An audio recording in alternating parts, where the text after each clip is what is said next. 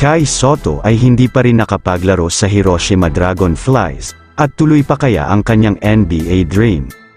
Yan ang ating pag-usapan, ngunit bago ang lahat ay huwag nyo munang kakalimutan mag-like and subscribe sa ating channel para updated ka sa mga kaganapan.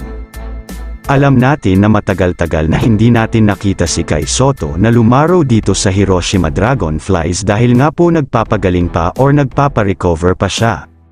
Pero malapit na talaga makapaglaro si Kai Sotto, baka last week sa November or first week ng December kapag ka fully healthy na ang ating pambato na si Kai Sotto.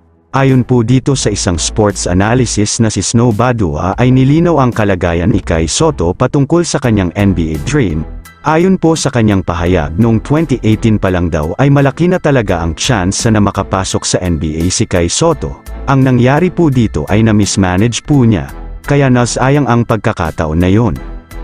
Alam natin na napag-iwanan na talaga si Kai Sotto sa kanyang mga nakasabayan tulad po dito ni Victor Wembanyama na halimaw na at nagpakitang gilas sa kupunan ng San Antonio Spurs. Pero sa ngayon ay makikita natin na malaki na ang improvement ni Kai Sotto, lumaki na ang kanyang katawan, kaya na talaga niyang makipagbanggaan o makipagbalyahan sa ilalim. Alam natin na wala po talagang imposible na makapasok o makapaglaro sa NBA si Kai Sotto, dahil lahat ng kwalifikasyon ay na kay Kai Sotto na. Malaki talaga ang magagawa ni Kai Sotto, kaya niyang dumpensa sa ilalim ng basket, so alam natin na marami pa talagang i-improve si Kai ngayon upang hindi siya mahirapan kapag makapasok siya sa NBA.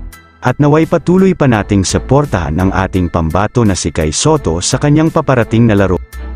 Kung hindi ka pa nakapag-subscribe ay subscribe mo na yan para updated ka sa mga kaganapan.